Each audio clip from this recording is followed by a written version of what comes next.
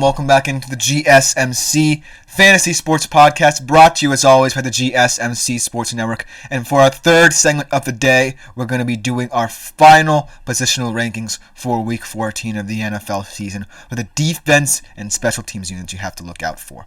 Now, as always, I'm going to try and have the benefit of the doubt here with these defenses, because defenses are, in my opinion, a position that are going to be highly revered in the very near future, because it's becoming more of a defensive league right now, and as we've seen, these defenses can score more touchdowns than certain offenses. And I feel like they're going to be the difference makers in terms of how we interpret which top-level defenses might merit consideration over even some really low-end position players. Like I said before the season, more and more fantasy football managers are drafting defenses a little bit earlier than you might expect, not waiting to pounce on a defense that they really like. And that's going to happen.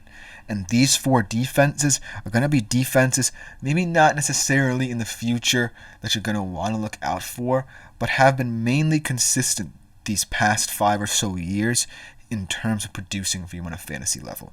At some point, these four defenses could very well be a top-level defense.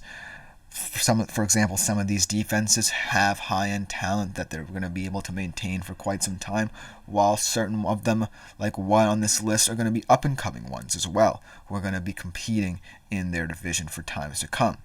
But overall, it's just a fun position to talk about, just because it's finally getting the respect it deserves. So without further ado, let's jump right into it, starting off with one of the most aggressive defenses in the league, going up against their former QB, really wanting to compound his misery right now.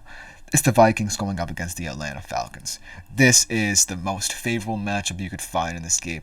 The Vikings players are not only coming in as one of the most aggressive defenses in the league under Brian Flores, but they're coming in with a vengeance to really hammer home that they were right in allowing Kirk Cousins to walk to Atlanta for $180 million. I feel like that was a complete waste of money for Atlanta to have a $180 million basically statue playing for you at the QB position, so to speak. Because over these past 4 games, Kirk Cousins has thrown 6 interceptions and no touchdowns for you.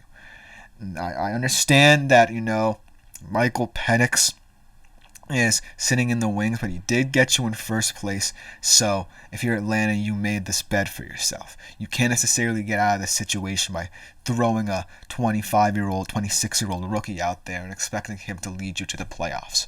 So they're going to have to ride with Kirk for as long as they got, but with that comes all the deficiencies that made Viking fans impatient with him in terms of his mobility, in terms of his decision-making at certain times, in terms of his accuracy. And so the Vikings defense are well-equipped to prove that. If there's anyone who's familiar with Kirk, it's Kevin O'Connell, and he's going to understand the mobility issues, and he's going to want to attack that. So look for this to be a very ugly game for this Falcons offense. I wish I could say that these young studs they have can elevate Kirk Cousins, but Kirk Cousins has to elevate himself, because you have to escape the pocket if things aren't happening for you downfield. You have to create a structure. But the thing with Kirk Cousins is he can't. And that's going to be starkly clear against one of the better defenses this season in the National Football League. So look for this to be my defensive lock of the week, basically, because I feel there's no simpler matchup for any team, plus the added motivation of wanting to really humiliate your former quarterback. Now let's talk about a defense that I feel like has been going under the radar this season just because last year they were much better than where they're at now, but have become a little bit more opportunistic at these past few weeks. Obviously, gave up 41 points to the Broncos. Not all of them was their fault in all reality, but in this matchup, the second matchup with the Steelers in a matter of 3 weeks, look for this Browns defense to be extra motivated yet again. I feel like, a lot of people are saying they can't possibly beat Pittsburgh twice, right? They can't possibly do this. But I really think the Browns can, because for some reason, the Steelers kind of get dragged into this Browns energy, because it feels like the Browns invest a lot into playing spoiler or potentially making some noise in the AFC North. They're never going to really win the division perhaps. They might make the playoffs some years. But you best believe that when they're playing the divisional rivals, they're going to come correct. They've done it with the Ravens. They've done it with the Steelers over the past couple of years. They've been giving the Bengals tough games. So this defense and this team in particular, even though they're not necessarily looking attractive to win more games, potentially one or two down the stretch, this defense is going to be motivated for the rest of their divisional rivalries. You don't want to face a motivated, ticked-off Browns team if you play in the AFC North down the stretch. And the Steelers, yes, they're coming off a high. They scored 44 points, and Russell Wilson looked like he was in his rookie year in Seattle. He looked like he was playing freely again. He completely eschewed that early pick six and played his typical Seattle Seahawks era football and really proved that he can still have it in certain moments. But against the Browns, there's just something that brings me back to that performance in the snow in Cleveland 2 weeks ago. I can't get it out of my head, even though I'm trying to justify saying that a defense that's fallen off a cliff kind of a little bit this season is going to step up and do it again in a matter of 3 weeks. And so this one's going to be a little bit tough to justify fully, but I'm going to stick with them and say that in this matchup, chances are the Steelers are going to find it a little bit more tough yet again to crack this Browns defense. So I'm going to give them the benefit of the doubt, even though they just had one of their worst games of the season. Not entirely their fault, remember, yet again. But still a defense that I believe can come correct in a divisional rivalry week in, week out. So look for that to happen yet again. And let's talk about, two teams that really have been playing underrated defensively but are just too terrible overall to really merit consideration as a top fantasy defense. But that's what one of these defenses have been. So let's talk about the Tennessee Titans defense facing off against the Jaguars, another terrible team. Yes, I understand that they got beaten down by Washington pretty badly. But Washington was ticked off. They had lost a lot of tough games against their divisional rivals as well, and they wanted to beat up on a lowly Titans team. And yes, there are a lot of injuries in that stellar secondary for the Titans this season as well. But against the Jaguars, even though I have high hopes for what potentially could come out of this Mac Jones, Parker Washington thing, it could be a little bit nice to watch down the stretch of the season and a fun development there. But I just think this Titans defense needs to gain its flowers. And so in this matchup, I feel like I would get less bashed by saying that, yeah, this Titans defense can beat up on the Jaguars than if, say, they could beat up on a top 10 team in the Bills or Chiefs or even Chargers and Ravens in the AFC.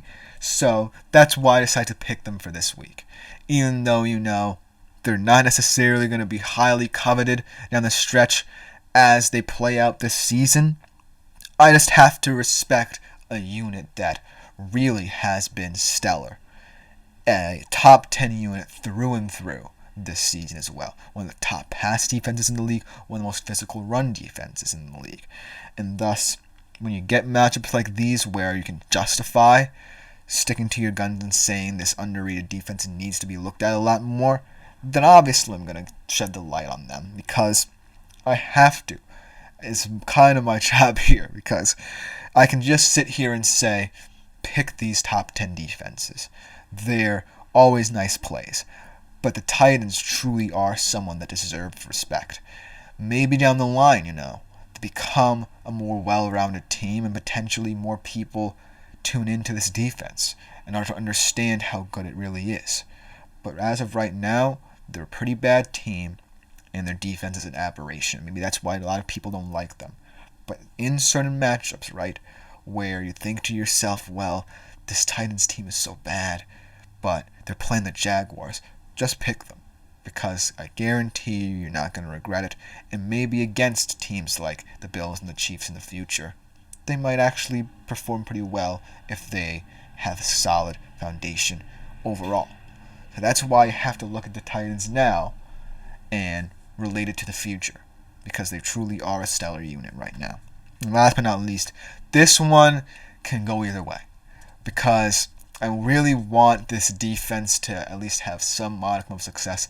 I'm shocking myself by saying that because I'm a Seattle Seahawks fan, but the 49ers defense, I really hope that they have at least one solid defensive performance before the season is all said and done, because this defense seems to be reeling right now. They have no direction. They don't have all of their weapons healthy and ready to go for the stretch down ahead for them, if they want to even compete in the NFC West for that matter. So this one could go pretty badly against the Bears, who seem to have found new life under former OC, now interim head coach Thomas Brown, potential new head coach if he does well. And it could go pretty badly for the 49ers if Caleb Williams is on yet again. But I do think that when I look at this 49ers defense, there is still pride there. There's still players who are performing, whether it be for short-term contracts, whether it be to stay in that divisional race. I feel like there's still going to be moments where we see this 49ers defense look like the 49ers defenses of old. This is not a unit that's going to give up that easily. It's not a unit that I think will pack it in just because you have Nick Bosa, Dre Greenlow. You are a unit that has been respected and revered for many years, and you have a chance to prove it, even with all your weapons absent. So, why not make a go of it down the stretch? Why not say, we're at this point right now and it's not looking good, but we really are a unit that can really still attack you in so many ways. And against a Bears team that's still trying to find its footing on the other side of the football, maybe looking better in this one, look for the 49ers to say, not so fast. We're going to bring you back to earth, Bears, and prove that we're still a unit that needs respect. And who knows, maybe in 1 to 2 years, this unit will be completely broken up.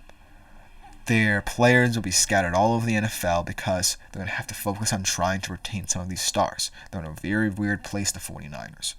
But for now, just play with the pride and the freedom you know you can, because you are the San Francisco 49ers and you earn the right to be respected as one of the top defensive units in the league. And I know some of these defenses on this list sound cliche, but overall, all 4 of these defenses could be in very interesting, different, diverse situations down the years.